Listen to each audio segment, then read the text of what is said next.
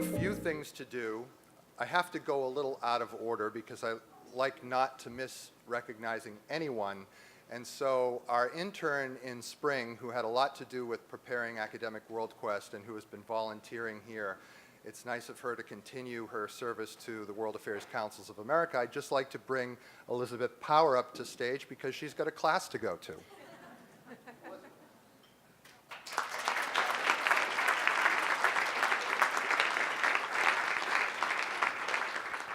And speaking of students, would Sabria Fountain of Harrisburg, Pennsylvania, one of our 25 scholarship recipients, please come to the stage for a few minutes of remarks.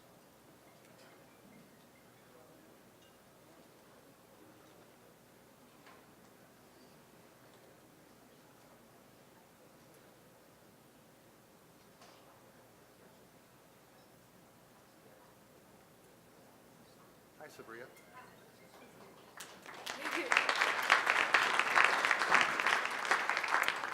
Hi, everyone. First, I would like to thank the World Affairs Councils of America, hi Joyce, as well as Mr. Carlos Alvarez for not only providing myself this opportunity to be here, but also for my fellow scholarship recipients as well. I am truly thankful for the knowledge and experiences that I've been equipped with while at this conference in order to take back to not only my university, but my community as well. Being able to meet, connect, and bounce ideas off of young people who are just as passionate about social change from within their respective fields lets me know that I am not alone in this fight.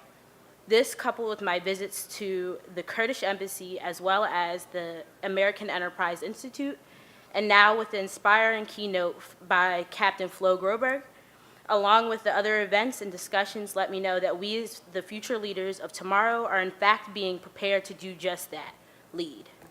So again, I thank you, World Affairs Councils of America, Mr. Alvarez, and all of those who contributed to creating this wonderful experience for students such as myself to be able to have. So thank you all. Have a good day.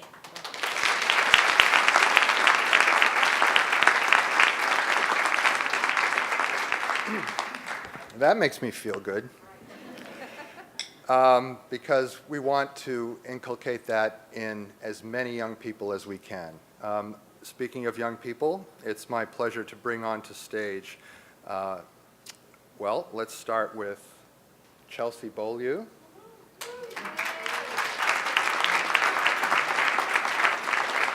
Chelsea is our communications and marketing director who started in May, and she comes from the Vermont Council on World Affairs, so we promote from within.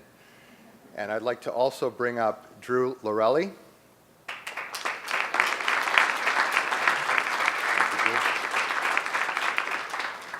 Drew is an intern with us this summer and has been converted into a part-time, well, a full-time actually for the conference staff member, and he's going to stay with us until December 15th, and we hope maybe even longer than that. So Drew has helped, well into the wee hours of the morning. So I got to say, that kind of commitment goes a far way. Thank you, Drew. Se-Young Lee, who addressed this audience the first day. Se-Young is a student at the Syracuse Maxwell School and has been a great intern in addition to our team this fall. And we hope you come back too. We hope you come back too. We had many volunteers, two from our suite on 18th Street, and that's Nicole Brzezowski from the Cox Foundation and also Stephanie Fassler from World Affairs Council DC. We've also had volunteers, Joseph Schultz and Leslie Jane Dixon have been with us the past couple of days. Please come on up, Joe and LJ.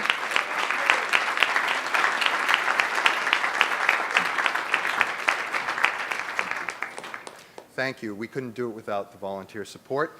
And last but not least, Robin Diamond, who's been consulting and we hope to add her to our team because she's done an amazing job with our website, with this conference, and general administrative and supervision of our staff. Robin, it's so great. Thank you.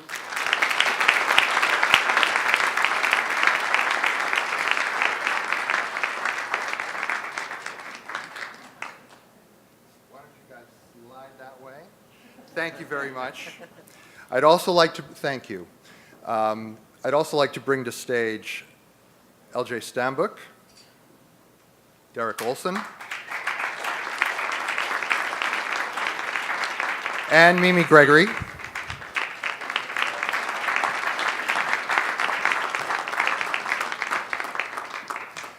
We're missing Jim Falk and Angelica Ocampo, who left a little early.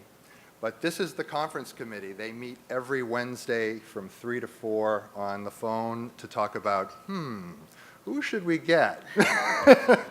What embassies can we reach out to? And the advice and the collaboration is wonderful. Thank you, Mimi, for your leadership.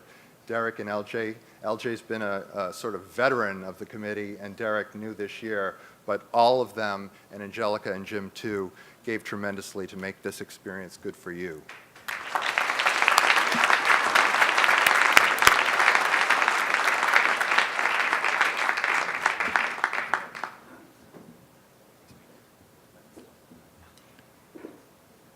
And to the WACA Board of Directors, to the 1918 Society, to the councils that purchased whole tables this year, our turnout has been, as I said at the outset, probably in the top three actually, factually in the top 3 in the last decade, the best turnout of paid registrants in my 5 years, 4 as a maker of the conference, 1 as a presider.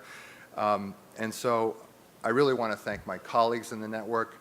I also want to thank NATO, which has been a sponsor throughout my tenure, Chevron, UPS, a special shout out to Noel Latif and the Foreign Policy Association, which is co-sponsoring tonight's event at the museum for the 1918 Society, media, fake news and foreign policy, which is a subject that Great Decisions is undertaking in the coming year, so it's a great partnership with Noel that's continuing. He's been sponsoring this conference with a lecture the last 3 years.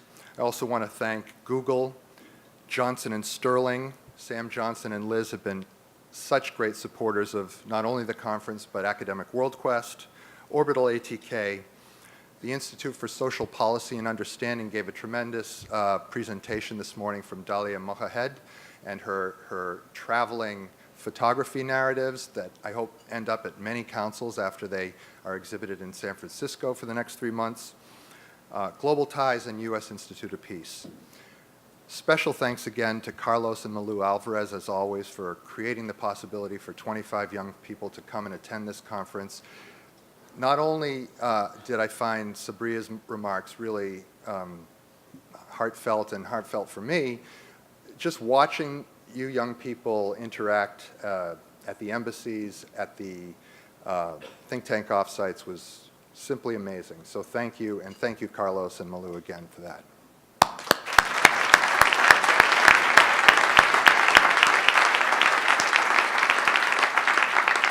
As you may know, the Alvarezes hail from San Antonio, which is celebrating its 300th anniversary as a city next year. Leslie Palmer, who is one of many to have spoken at our Leadership Day, which seems like last year, is getting ready next year to host us May 17, 18, and 19. I don't think, certainly not in my time here, we've mentioned or been able to promote our spring meeting this early or from this conference. And so now that you know, and now you know what we can do, there's no reason not to attend. So let's convene in San Antonio. We'll make a great program. We're ahead. We're so far ahead. It's going to be fantastic. And last but not least, a little housekeeping. There will be buses ready at 2:30 for the National War College for those of you who are in the 1918 Society and have signed up for that. The buses will return at about 5, or just they'll leave from 5. And then we'll have 2 buses here leaving at 6 for the museum. So be downstairs at 5:45. I know that this is the accurate time because that's what the staff has told me just now. And I have a watch from Ukraine. I'm going to wear that proudly, and I hope to see you next year. This was really a special time for me. Thank you very much.